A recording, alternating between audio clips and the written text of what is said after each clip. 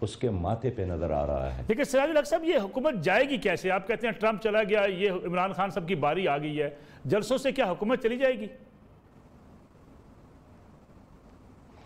دیکھیے یہ اس وقت جو قیادت مسلط ہو گئی ہے مودی کی صورت میں یا ٹرمپ کی صورت میں یا فرانس کے میکرون کی صورت میں، یہ ایک ایسے نااہل حکمران ہیں جنہوں نے دنیا کو پرامن بنانے کی بجائے جنگ کی طرف توجہ دی، لڑائیوں کی طرف زیادہ توجہ دی، ایک دوسرے کا استحصال کرنا شروع کیا۔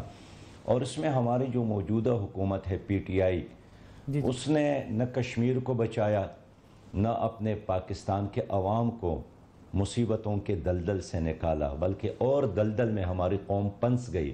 اور انہوں نے تو کشمیر حوالہ کیا، بڑے بغیر جنگ کے ہم ہار گئے، بغیر کسی لڑائی کی وہ جیت گئے۔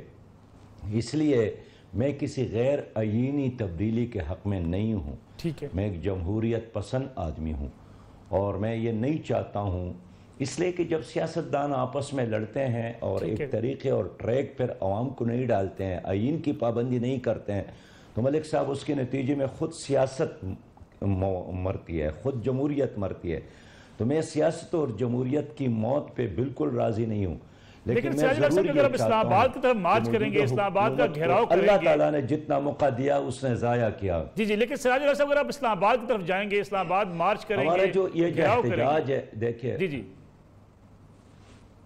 پیارے بھائی، ہم گھیراؤ بھی کریں گے، ہم احتجاج بھی کریں گے، اس کا بنیادی مقصد یہی ہے کہ ہم حکومت پر دباؤ ڈالنا چاہتے ہیں کہ آٹا، چینی، چائے، دال، پیٹرول، ڈیزل اور چاول اور دوائی کی قیمتوں میں اضافہ جو اس حکومت نے کیا ہے یہ واپس لے لے۔ ہم یہ چاہتے ہیں کہ اس موجودہ حکومت نے مدینہ کی اسلامی ریاست کا نعرہ لگایا تو سودی نظام کو ختم کرے۔ اس حکومت نے نعرہ لگایا تھا کہ ہم گورنر ہاؤس کو یونیورسٹی بنائیں گے، تو جو پہلے یونیورسٹیاں چل رہے ہیں اب وہ بھی بند ہونا شروع ہو گئے۔ اس حکومت نے نعرہ لگایا تھا کہ ہم چھوٹا سا کابینہ بنائیں گے تاکہ عوام پر بوجھ نہ بنے۔ اب 475 ارب روپے اس کے رننگ اخراجات ہیں۔ اس لیے ہم چاہتے ہیں کہ ہم پی ٹی آئی کو ان کے وہ نعرے یاد دلائے، وہ وعدے یاد دلائے اور ان کو تصویر دکھا دے کہ تمہاری تصویر یہی ہے اور تم یہ کر رہے ہو۔ ہم صرف اپنے عوام کے لیے چاہتے ہیں کہ وہ سانس لینے کے قابل اور زندگی گزارنے کے قابل ہو جائے۔ موجودہ حکومت میں تو سانس لینا مشکل ہو گیا ہے۔ سراج صاحب، باقی جماعتیں ہیں، پی ڈی ایم میں جو شامل جماعتیں ہیں وہ تو نئے انتخابات کا مطالبہ بھی کر رہی ہیں، حکومت کے خاتمے کا مطالبہ کر رہی ہیں۔ آپ بھی سمجھتے ہیں کہ حکومت ختم ہونی چاہیے، نئے انتخابات کی طرف جانا چاہیے؟ نصر اللہ ملک صاحب، میں صاف بات اور آسان بات کرنا چاہتا ہوں۔ الیکشن سے پہلے تمام سیاسی جماعتوں کو آپس میں ڈائیلاگ کرنا چاہیے۔ کس طریقے کے مطابق آپ الیکشن کرنا چاہتے ہیں؟ اس طریقے کے مطابق جو 2018 میں ہم نے دیکھا تھا اور جس کے بعد آج رونا دونا اور شام کربلا ہیں اور شام غریباں ہیں۔ اس لیے ضرورت اس چیز کی ہے کہ Jamaat Islami, P D M اور خود تحریک انصاف ہم ایک ڈائیلاگ کر لے کہ ایک شفاف الیکشن کیسے یقینی بنایا جائے۔ کل عمران خان رو رہے تھے کہ 4 حلقے کھول دے، پھر کہا 11 حلقے کھول دے، پھر کہا 25 حلقے کھول دے، اور آج پی ڈی ایم کا یہی گلہ ہے کہ الیکشن برائے نام ایک ایکسرسائز پر نتھنگ ہے۔ تو میں اس لیے چاہتا ہوں کہ نئے الیکشن سے قبل ضرور ہمیں ایک شفاف اور داندلی سے پاک الیکشن کے طریقہ کار پر یکسو ہونا چاہیے، ورنہ الیکشن ہو بھی جائے 2 مہینے بعد، اس کے بعد کچھ لوگ وی کا نشان بنائیں گے اور کچھ لوگ دھاندلی کے خلاف تحریک چلائیں گے، تو ملک کیسے آگے چلے گا؟ سراج صاحب، یہ ڈائیلاگ ہو سکتا ہے؟ اس وقت جو حکومتی رویہ اپوزیشن کے ساتھ وہ بات چیت نہیں کرنا چاہتی حکومت، ان حالات میں آپ سمجھتے ہیں اپوزیشن اور حکومت کے مابین ڈائیلاگ ہو سکتا ہے؟ انتخابی اصلاحات پہ بات چیت آگے بڑھ سکتی ہے؟ میرے خیال میں پہلے تو ہم اپوزیشن میں شامل جتنی جماعتیں ہیں وہ پی ڈی ایم کے باہر جماعتیں، جس طرح جماعت اسلامی ہے، اور خود پی ڈی ایم میں شامل جماعتیں جو 11 جماعتیں ہیں، ہمیں آپس میں بیٹھنا چاہیے، اور ہمیں قوم کو دینا چاہیے کہ بتانا چاہیے کہ ایک شفاف الیکشن کا طریقہ کار ہمارے نظر میں یہی ہے، اس لیے کہ یہ الیکشن کون کنڈکٹ کرے گا؟ الیکشن کمیشن بیچارہ تو اتنا مجبور ہے کہ اس کے ساتھ تو نہ اپنا پیسہ ہے نہ خود اپنا کوئی عملہ ہے، اور وہ کبھی ایک ادارے سے کبھی دوسرے ادارے سے لوگ مانگتے ہیں، اور یہی وجہ ہے کہ الیکشن کمیشن خود ایک مفلوج زدہ ادارہ ہے، اور لوگوں کا اس کے اوپر بھی اب اعتماد نہیں ہے جو ماضی میں اس ادارے نے جو کچھ کیا عوام کے ساتھ، اور ہم خود اس کے مشاہدہ کرنے والے لوگ ہیں۔ تو میں اس لیے تمام سیاسی جماعتوں کو، سیاسی ورکروں کو یہی دعوت دیتا ہوں کہ اگر آپ چاہتے ہیں کہ جمہوریت اور سیاست مضبوط ہو جائے تو ہمیں دانلی سے پاک الیکشن کے لیے ضرور ایک فارمولے پر اتفاق کرنا چاہیے، اور وہ فارمولہ ضروری نہیں ہے کہ حکومت کے سامنے ہمیں رکھے، ہم وہ فارمولہ پھر عوام کے سامنے رکھے کہ ہماری نظر میں ایک شفاف الیکشن کا طریقہ کار یہی ہے۔ گزشتہ الیکشن میں جو کچھ ہوا ہے وہ تو آپ کے ذہن اور آپ کے علم میں۔ سراج صاحب، اگر حکومت کے خلاف تحریک زور پکڑتی ہے پی ڈی ایم کی، کوئی ایسا موقع آ سکتا ہے کہ جماعت اسلامی بھی اس تحریک کا حصہ بن جائے، ان کے ساتھ مل کے حکومت ہٹانے کی کوششیں کرے؟ ابھی پی ڈی ایم تو بعد میں بنی ہے اور وہ بعد میں نکلی ہے، اور اس وقت بھی پی ڈی ایم میں جو شامل جماعتیں ہیں اس کا سلوگن کیا ہے؟ کیا وہ اسلامی نظام چاہتے ہیں؟ نظام مصطفیٰ اس کا سلوگن ہے۔ کیا وہ سود کا خاتمہ چاہتے ہیں؟ کیا وہ پاکستان میں ظالم جاگیردارانہ نظام کا خاتمہ چاہتے ہیں؟ کیا وہ کرپٹ سرمایہ دارانہ نظام کا خاتمہ چاہتے ہیں؟ کیا چاہتے کیا ہے؟ اب تک ہمارے عوام کو سوائے اس نعرے کے کہ بھئی نیب ظلم کر رہا ہے، نیب سیاست کر رہا ہے، یہ ٹھیک ہے، نیب کی کارکردگی سے میں بھی 100% مطمئن نہیں ہوں، اور نیب خود ایک فریق ہے۔ نیب نے اب تک ان 436 لوگوں کے بارے میں کوئی ایکشن نہیں لیا جو پاناما لیکس میں ملوث تھے، اور نیب جو کچھ کر رہا ہے اس سے 2 دن پہلے محترم شیخ رشید صاحب اس کا اعلان کرتے ہیں کہ کل یہ ہوگا، اور پھر وہ اس کی جو پیشگوئی ہوتی ہے وہ سچ ثابت ہوتی ہے، اگلے دن نیب ہوئی۔ اس لیے نیب پر بھی کسی کا اعتماد نہیں ہے۔ لیکن پی ڈی ایم میں ہے کون؟ پیپل پارٹی ہے، مسلم لیگ ہے۔ تو اگر آج کا نظام خراب ہے تو اس نظام کے خرابی میں صرف پی ٹی آئی کا ہاتھ نہیں ہے۔ اگر 50% پی ٹی آئی پر ذمہ داری آتی ہے تو 50% تو خود پیپل پارٹی اور مسلم لیگ پر بھی آتی ہے۔ اس لیے نصر اللہ ملک صاحب، نہ تعلیمی پالیسی پر ان کے درمیان اختلاف ہے پی ٹی آئی اور پی ڈی ایم کے درمیان، نہ کشمیر پالیسی پر اختلاف ہے، نہ خارجہ پالیسی پر اختلاف ہے، نہ داخلہ پالیسی پر اختلاف ہے، نہ ورلڈ بینک اور ایم ایف سے قرض لینے اور اس کے غلامی پر اختلاف ہے۔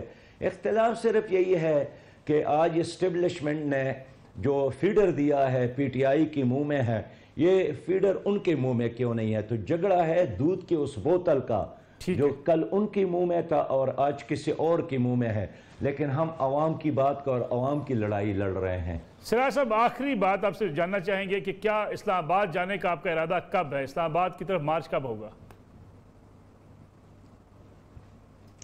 دیکھیں، یہ اس وقت تو میں آپ کو کوئی تاریخ نہیں بتاؤں گا، لیکن ہم نے ایک پروگرام بنایا ہے اور ہم نے پہلا مرحلہ ان علاقوں میں لیا ہے، پہلے مرحلے میں جہاں سردی شروع ہو رہی ہے، جہاں برف باری ہو۔ آج بنیر میں تھا، آنے والا میرا جلسہ دیر میں ہے، اس کے بعد میرا جلسہ اسی گراسی گراؤنڈ میں ہے جس میں عمران خان نے پوری ڈویژن کو جمع کر کے 5-6 ہزار کا جلسہ کیا۔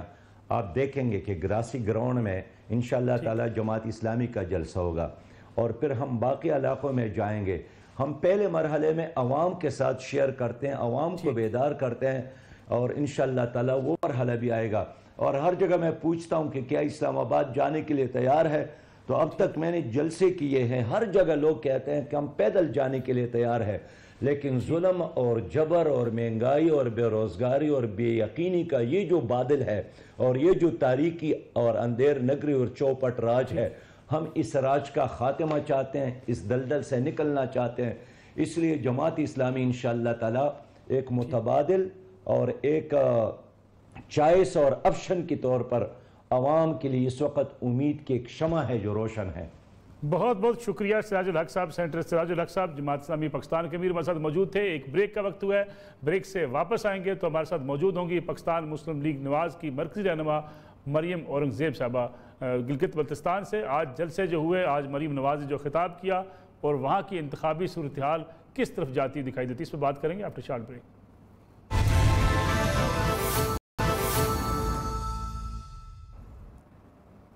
پورا میں ایک بار پھر خوش آمدید آپ کو لیے چلتے ہیں امریکہ، جہاں پہ جو بائیڈن امریکہ کے صدر منتخب ہوئے ہیں، وائٹ ہاؤس کے نئے مکین ہوں گے۔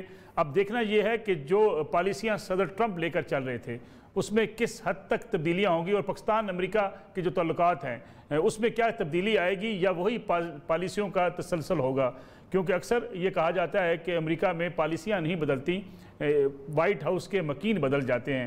اس حوالے سے ہمارے ساتھ بات چیت کرنے کے لیے موجود ہیں سینئر صحافی تجزیہ کار جناب فیض رحمان صاحب، جو امریکہ سے ہمارے ساتھ موجود ہیں۔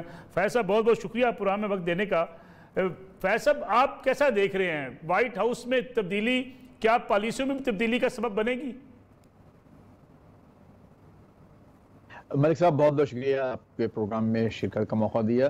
دیکھیے یہ تاثر غلط ہے کہ چہرے بدلنے سے پالیسیز نہیں بدلتی۔ امریکہ میں یہ دو جو آئیڈیالوجیز ہیں، یہ میں نے دیکھا کہ پاکستان میں ہمارے پاس یہ تاثر موجود ہے، لیکن ایسا نہیں ہے۔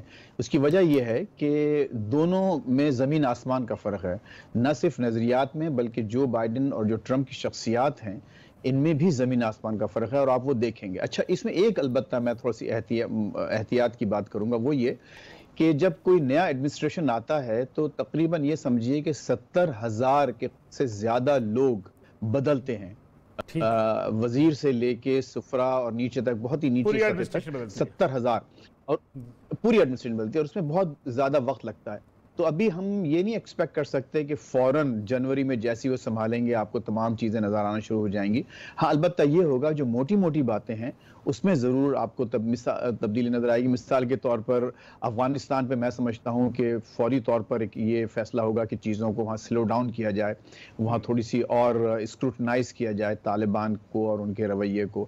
پاکستان میں فوری طور پر جنوری میں کوئی ایسی چینج نہیں دیکھ رہا ہے کہ پالیسی میں آئے، لیکن ایک جو اہم بات ہے اور جس کا آج بہت ایک اہم ڈیولپمنٹ ہوا ہے کہ ایران نے یہ کہا ہے بائیڈن سے کہ آپ واپس ڈیل میں، نیوکلیر ڈیل میں آئیں۔ تو اگر ایران سے فوری طور پر، یعنی ان کے اقتدار میں آتی ہے، اگر کچھ سلسلہ جنبانی شروع ہو جاتا ہے اور چینجز آتی ہیں تو پھر اس کا اثر ظاہر ہے کہ آپ پاکستان میں دیکھیں گے، کیونکہ پاکستان کی معیشت جو ہے وہ کئی لحاظ سے ایران کی سینکشنز کی وجہ سے ہم بھی متاثر ہوئے ہیں، تو وہ آپ کو وہاں نظر آئے گا۔ اوور آل لانگر ٹرم میں اگر آپ دیکھیں، تھوڑے جب ان کے قدم جمیں گے تو آپ یہ دیکھیں گے کہ جو لوور لیول پر امریکنز کا انگیجمنٹ بڑھے گا۔ سوشل ویلفیئر کے جو پروگرامز ٹرمپ نے بند کر دیے تھے، ان کی فنڈنگ بند کر دی تھی USAID کی وجہ سے کی طرف سے، وہ آپ تھوڑے سے پروگرامز بحال ہوتے دیکھیں گے۔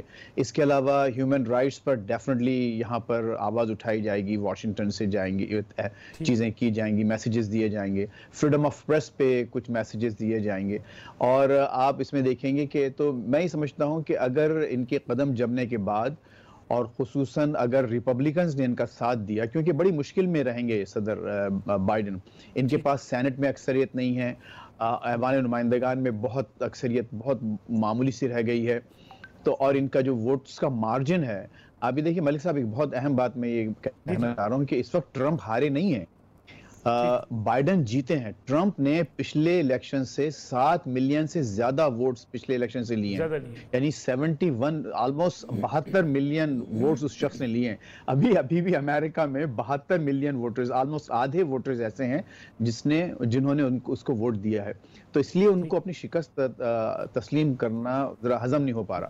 تو میں نہیں سمجھتا کہ یہاں کے لوگ یہ سمجھیں گے کہ وہ ہارے ہیں، ان کی پالیسیز رد کر دی گئی ہیں، تو بائیڈن کو اب بیچ میں سینٹر میں آ کر حکومت کرنا پڑے گی، کیونکہ ان کی جو مارجن ہے پاپولر ووٹس کا، اس میں الیکٹرل ووٹس میں انہوں نے لے لیے ہیں، لیکن پاپولر ووٹس کا مارجن صرف ایک 4-5 ملین کا مارجن ہے۔ پاکستانی عوام کو اکثر دلچسپی یہ ہوتی ہے کہ جو ہماری اس وقت کی حکومت ہے اس کے تعلقات کیسے ہوں گے۔ جو بائیڈن کے آنے کے بعد ٹرمپ کے حوالے سے جو عمران خان صاحب 12 کہہ رہے تھے کہ ٹرمپ کردار ادا کریں گے، کشمیر کے مسئلے پہ سپورٹ کریں گے، لیکن اب جو بائیڈن کے آنے کے بعد عمران خان صاحب کی جو توقعات ہیں وہ ویسی رہیں گی یا پاکستانی حکومت کو مشکلات کا سامنا کرنا پڑ سکتا ہے؟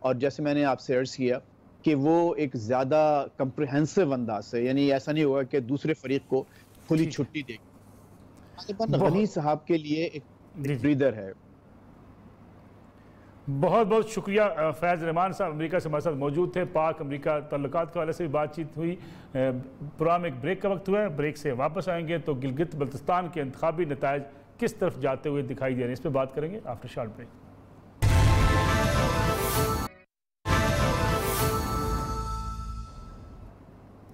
پروگرام ایک بار پھر خوش آمدید آپ کو لیے چلتے ہیں گلگت بلتستان، جہاں پہ ہماری اینکر بینش سلیم ہمارے ساتھ موجود ہے جو اس وقت رپورٹنگ کر رہی ہیں وہاں سے. گلگت بلتستان کی انتخابی مہم کو بھی بڑے قریب سے دیکھ رہی ہیں. بینش السلام علیکم. وعلیکم السلام ملک صاحب، کیسے ہیں آپ؟ اللہ کا شکر. بینش یہ بتائیے گا، آج جلسہ ہوا، مریم نواز نے بھی ایک بڑا جلسہ کیا چلاس کے اندر، بلاول بھٹو زرداری کے بڑے بڑے جلسے ہو رہے ہیں، حکومتی وزراء کہتے ہیں پی ٹی آئی کے جلسے بہت بڑے ہو رہے ہیں، علی امین گنڈا پور صاحب بڑی دبنگ تقاریر بھی کر رہے ہیں.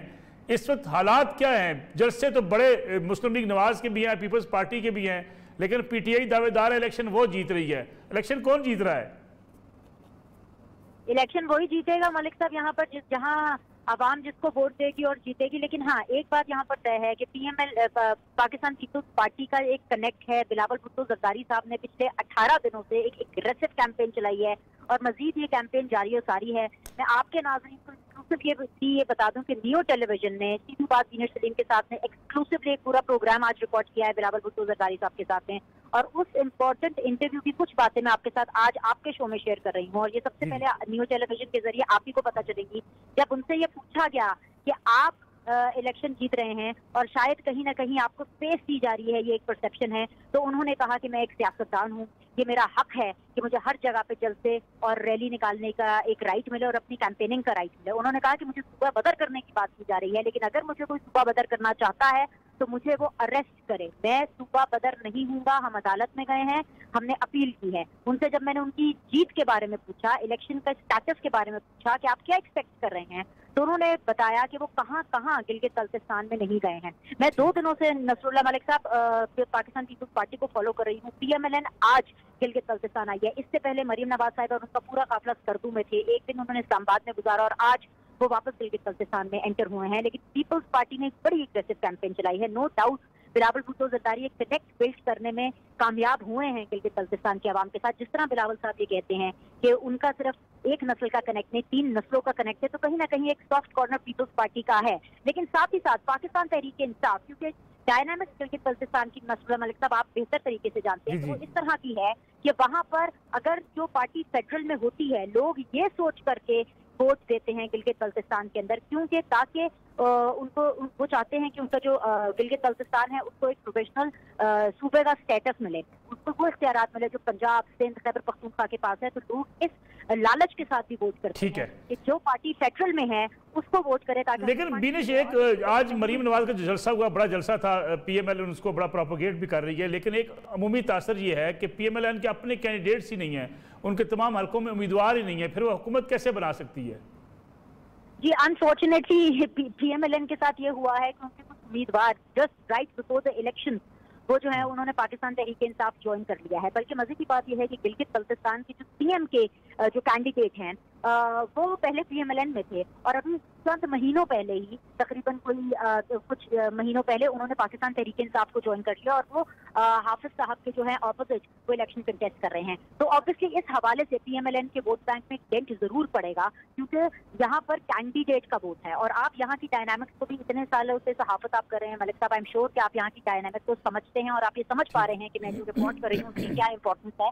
وہ لوگ کینڈیڈیٹ کو ووٹ کرتے ہیں. اب کینڈیڈیٹ نے ہی اگر اپنی پارٹی چینج کر لی ہے تو ظاہری بات ہے کہیں نہ کہیں ووٹ کو ڈینٹ ضرور پڑے گا. لیکن اس میں کوئی شک نہیں ہے کہ مریم نواز صاحبہ کے بھی جلسے بہت بڑے ہیں. اور ایک چیز طے ہے کہ گلگت بلتستان کے جو لوگ ہیں وہ اتنے پرجوش ہیں کیونکہ وہ بہت عرصے کے بعد تقریباً 5 سال کے بعد دیکھ رہے ہیں کہ جو پولیٹیکل قائدین ہیں، جو لیڈرشپ ہے، خان صاحب چاہے ہو جائے عمران خان صاحب ہمارے پرائم منسٹر، چاہے بلاول بھٹو ہو، چاہے مریم نواز ہو، وہ گلگت بلتستان میں آ رہے ہیں اور گلگت بلتستان کی عوام سے کنیکٹ کر رہے ہیں اور ٹائم دے رہے ہیں. اس کے اندر بہت زیادہ جوش و خروش ہے عوام کے اندر. کوئی اکیلی جماعت آپ کو حکومت بناتی نظر آتی ہے؟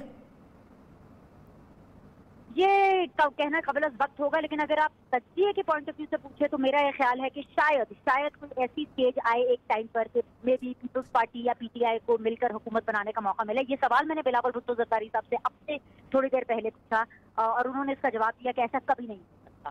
اول تو ہم ہی الیکشن جیتیں گے، یعنی پیپلز پارٹی جیتے گی، میجورٹی سے جیتے گی، اور اگر کبھی ایسا موقع آیا کہ کولیشن میں جانا پڑا پاکستان تحریک انصاف کے ساتھ تو وہ کبھی کولیشن میں نہیں جائیں گے، وہ اس سے بہتر حکومت میں نہ رہنا پسند کریں گے اگر ان کو پاکستان تحریک انصاف کے ساتھ یہ حکومت شیئر کرنی پڑی۔ لیکن اگر میں کہوں تو بڑا ٹف کمپٹیشن یہاں پہ نظر آ رہا ہے، تینوں پارٹی کا اپنا اپنا ووٹ بینک ہے، لیکن اگر تھوڑا سا ایج دوں کیونکہ بلاول صاحب پیپلز پارٹی نے زیادہ دیر اس جگہ پر گزارا ہے، کیمپیننگ زیادہ دیر تک کی ہے، بھٹو صاحب کا ایک لیگیسی ہے، بے نظیر صاحبہ کا ایک کنیکٹ رہا ہے اس حلقے کے ساتھ، تو ان تھوڑے سے میں مارکس زیادہ دوں گی کیمپیننگ کے حوالے سے۔ باقی جو ہوگا وہ الیکشن کے دن ہوگا، لیٹس سی کہ کون سی پارٹی جیتتی ہے، اور میں تو یہی دعا بھی کرتی ہوں اور میرا خیال بھی یہی ہے کہ وہی پارٹی جیتنی چاہیے جس کو گلگت بلتستان کی عوام دل کھول کر اپنا۔ پیپلز پارٹی اور پی ایم ایل این اس پوزیشن میں آ سکتی ہیں کہ اگر وہ کچھ سیٹیں جیت لیں تو مل کے حکومت بنا لیں؟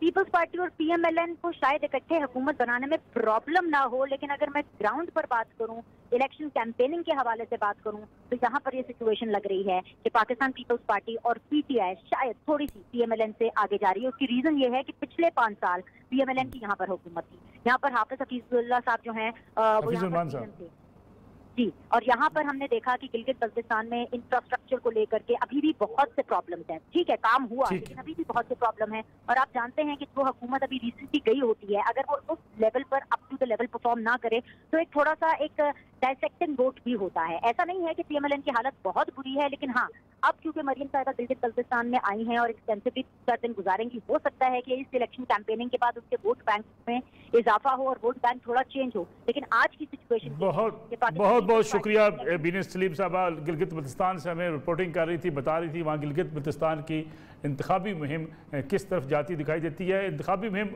عروج پر ہے، بڑے بڑے جلسے ہو رہے ہیں، مریم نواز، بلاول بھٹو اور وفاقی وزراء پاکستان تحریک انصاف کے رہنماؤں کے بڑے جلسے، لیکن جیتے گا کون اس کا فیصلہ اس روز ہوگا جب ووٹ گنے جائیں گے۔ اگرچہ سخت کمپٹیشن ہے اور یہ ایج بھرل پی ٹی آئی کو، جیسا کہ بینش نے کہا کہ یہ ہوتا ہے کہ وفاق کی حکومت کو گلگت بلتستان یا آزاد کشمیر میں ہونے والے انتخابات پر اس کے براہ راست اثرات بھی ہوتے ہیں۔ یہ آج کا پروگرام تھا، انشاءاللہ اگلے ہفتے آپ سے پھر ملاقات ہوگی، اجازت دیجیے، اللہ حافظ۔